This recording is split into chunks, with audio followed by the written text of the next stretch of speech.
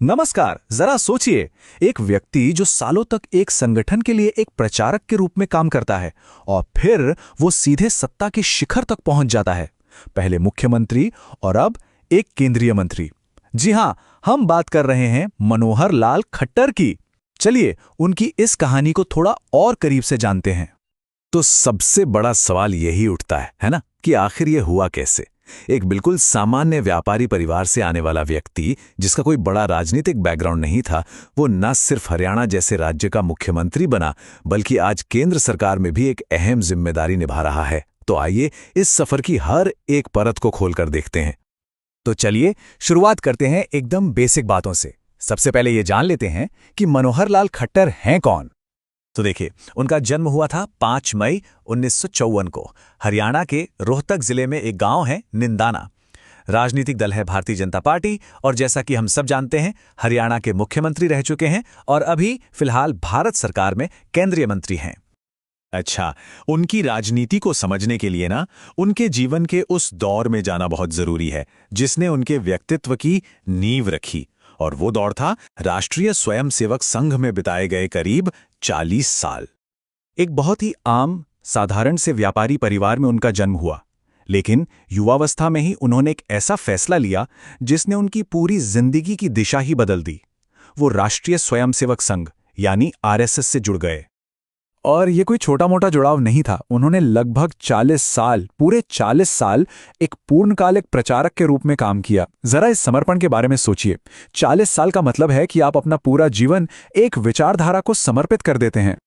और जाहिर है, संघ के इसी लंबे कार्यकाल ने उनके व्यक्तित्व में अनुशासन, ईमानदारी और राष्ट्र सेवा जैसे मूल्यों को बहुत गहराई तक भर दिया।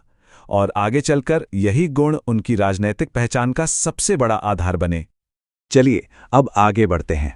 संगठन का सफर तो हमने देख लिया, अब देखते हैं कि वो कैसे सीधे हरियाणा की राजनीति के सेंटर स्टेज पर आ गए। ये टाइमलाइन देखिए, काफी कुछ साफ हो जाता है।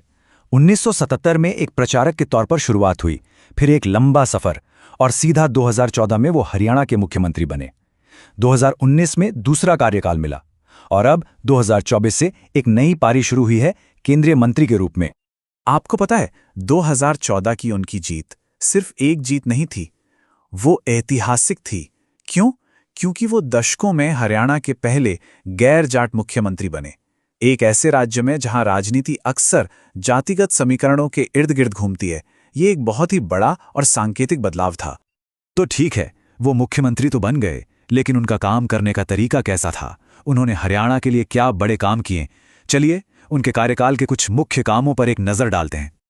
उनके मुख्यमंत्री काल की अगर कोई एक पहचान है तो वो है उनका नारा, बिना पर्ची बिना खर्ची। इसका सीधा सा मतलब था, सरकारी नौकरियों में न कोई सिफारिश चलेगी, न कोई रिश्वत। ये उनकी प्रशासनिक पहचान बन गया। उनके कामों को ना हम समझने के लिए मोटे तौर पर इन 3 हिस्सों में बांट सकते हैं। 1, पारदर्शी भर्ती प्रणाली, 2, सामाजिक योजनाएं और 3, प्रशासनिक सुधार। तो सबसे पहले बात करते हैं पारदर्शी भर्ती प्रणाली की। अपनी बिना पर्ची बिना खर्ची की नीति को जमीन पर उतारकर उन्होंने सरकारी नौकरियों में भ्रष्टाचार और सिफारिश कल्चर पर एक जोरदार हमला किया। अब आते हैं सामाजिक योजनाओं पर। उन्होंने बेटी बचाओ बेटी पढ़ाओ जैसे अभियानों को और मजबूती दी।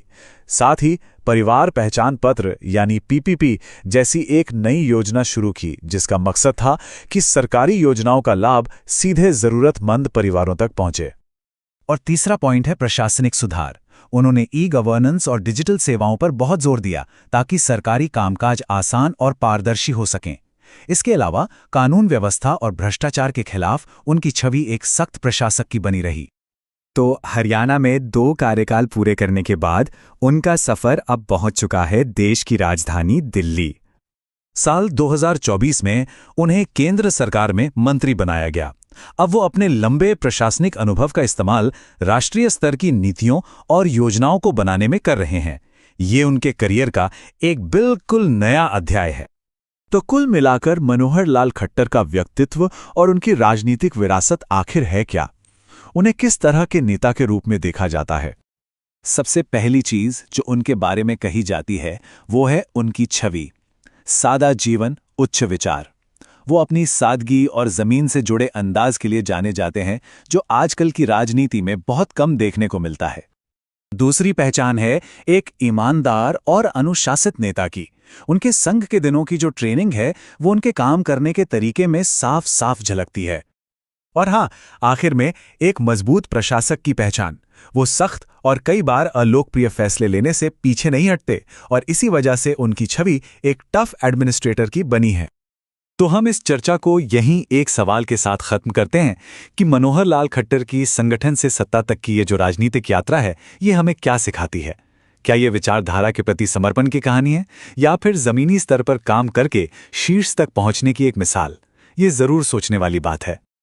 ऐसे ही और वीडियोस के लिए बीटीसी वाले भैया यूट्यूब चैनल को सब्सक्राइब जरूर करें। मिलते हैं अगले वीडियो में, तब तक के लिए टाटा बाय नमस्कार।